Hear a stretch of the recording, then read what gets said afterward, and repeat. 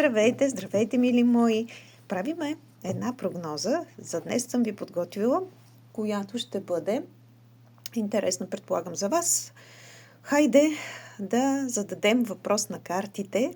Кипър, какво ни... Той всъщност няма да задаваме въпрос. Искам да се отпуснете. И сега си намислете едно желание. Намислихте ли го? Нека да питаме картите Кипър дали това желание ще се сбъдне до 3 месеца. Дали това желание ще се сбъдне до 3 месеца? Задаваме въпрос на картите Кипър. Ще се сбъдне ли желанието ни до 3 месеца? Какво виждаме по картите? Хайде да започнем с тези, които са на здравословно, на здравна тема. Относно здраве. Картите ни казват така.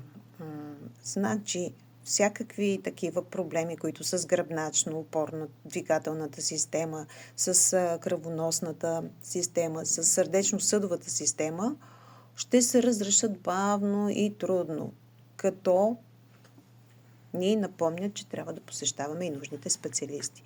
Дали то практици, дали то всевъзможни такива, които се занимават с холистични науки, които лекуват по нетрадиционен начин, лекари, но ние трябва да обърнем внимание на здравето си, като виждаме, че проблемите така до 2 години ще си останат. До 2 години. При някои може и по-кратък срок да е, но ще останат.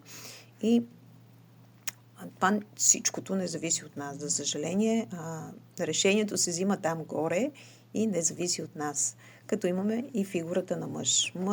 Мъжко влияние ще окаже така, върху въпросът ни относно здравословното състояние, така, ще окаже доста сериозно, може би и тласък, помощ ще получите от такъв човек, но в здравословен план това е.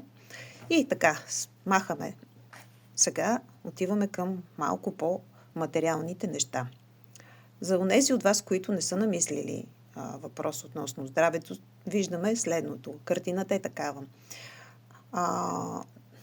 Нови възможности, промяна, пътуване, заминаване, напускане на нещо старо, намиране на нова подходяща работа, заминаване в далечна страна, било то на работа, било то на почивка, било то на някакъв вид обучение. И всичко това е свързано с, пак, както казвам, мъжка фигура и решението се взима от някакви институции и инстанции, които са всевъзможни учреждения.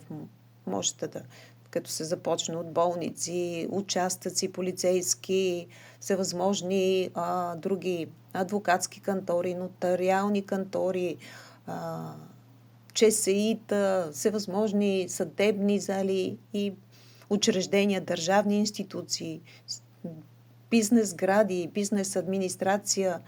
Така че обръщайте си го в вашия казус, за да може да ви е по-максимален, точен и отговор. Искам още една карта да изтегля, за да подчертая. Да, виждаме, че наистина вашето желание, решението не е във вас. Както казах, решението го взимат други по-висши инстанции. За съжаление.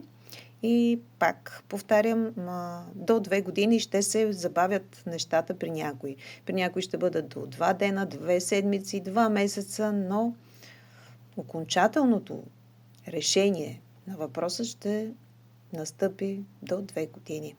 За съжаление, това е дълъг период, но през това време може да се случат всевъзможни трансформации и промени. За това са енергиите, за да се менят и да се променят към по-добро, към по-лошо. Зависи вече на къде сте ориентирани и на къде искате да вървите по пътя си. Следвайте каналът, за да има вече да сте запознати с следващите месеци, прогнозите, които ще направя за тях и да видим и разгърнем енергията от март, април нататък. Това е. Последвайте каналът за актуални видеа Светлина Енджел и както и Фейсбук страницата ми Светлина Иванова.